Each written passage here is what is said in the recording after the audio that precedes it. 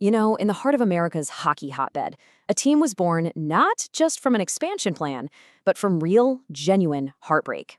This is the story of the Minnesota Wild, a franchise that basically rose from the ashes to reclaim a state's passion after its beloved North Stars packed up and left for Texas.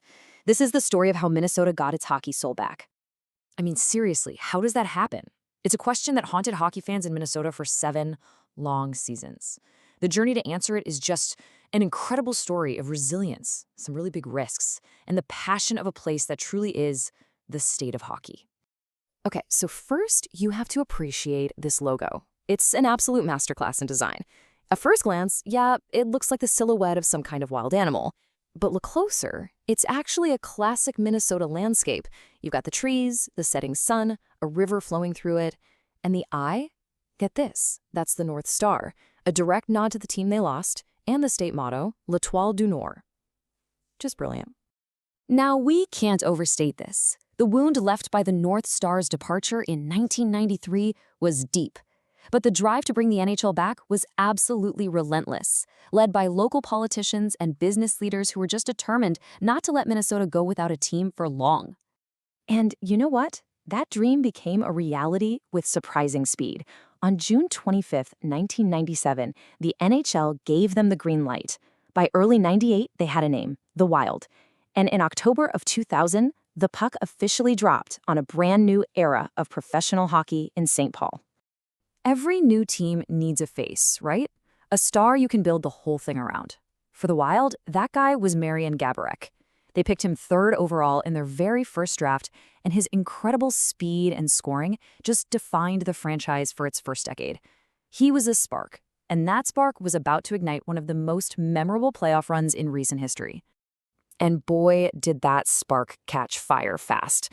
I mean, most expansion teams struggle for years, but the Wild, they gave their fans a taste of glory almost immediately, delivering one of the most shocking and exciting playoff runs you will ever see.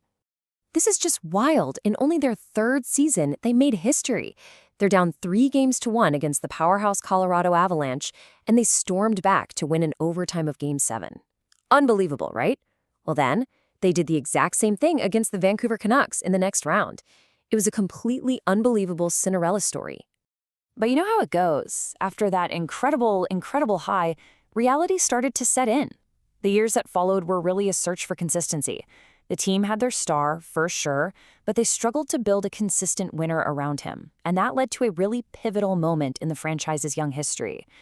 I mean, Gaborik was giving the fans these incredible individual moments, like this 5-goal game in 2007. That's a franchise record that still stands today. But team success was hard to come by, and after years of ups and downs, the team's first ever superstar left as a free agent in 2009. And just like that, the first chapter was closed. So, with Gaborik gone, the franchise needed a totally new direction. In 2012, they decided to stop building slowly. Instead, they made one of the boldest moves in NHL free agency history, a massive gamble to try and become a contender overnight. And they did it on America's Independence Day, of all days. The Wild declared their own independence, landing the 2 biggest free agents on the market, the dynamic forward and Minnesota native Zach Parise, and the elite defenseman Ryan Suter. It was a moment that sent shockwaves through the league. And the total commitment? It was just staggering. The team bet its entire future on a combined $196 million investment in just 2 players. The deals themselves were just enormous, identical 13-year, $98 million contracts. And look, it did lead to 6 straight playoff appearances, so it wasn't a total bust, but that ultimate prize, the Stanley Cup, remained out of reach. In fact, when the team eventually bought out those contracts, the painful salary cap hit would linger for years, and it's still impacting how they build their team to this day.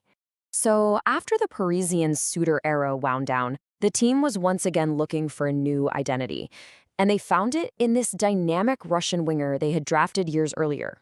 His arrival would completely electrify the fan base and totally rewrite the team's record books.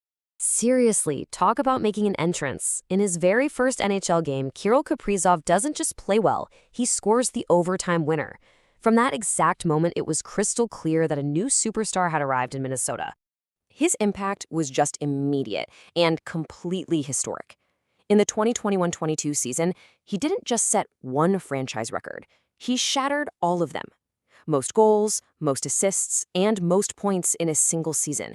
He basically single-handedly raised the offensive ceiling for the entire franchise. But the story of the Wild is about so much more than just the players on the ice. The franchise has built an identity that's deeply intertwined with the culture of Minnesota itself, really embracing its role as the anchor for the state of hockey. And that identity is woven directly into their branding. The colors, for instance, they represent the state itself. You got forest green for the pines, Iron Range red for the state's mining history, and Minnesota wheat for its huge farmlands. It's an identity that's literally rooted in place. From their mascot, Nordy, to that iconic State of Hockey logo you see everywhere, the team constantly reinforces its connection to its fans and its heritage. It really is more than a team. It's a cultural symbol for hockey in Minnesota. So this whole journey, from loss to rebirth to those shocking highs and frustrating lows, it all brings us to today. With a legit superstar leading the way, the ultimate question still remains. Can this team finally climb the mountain and deliver the Stanley Cup that Minnesota has been craving for so long?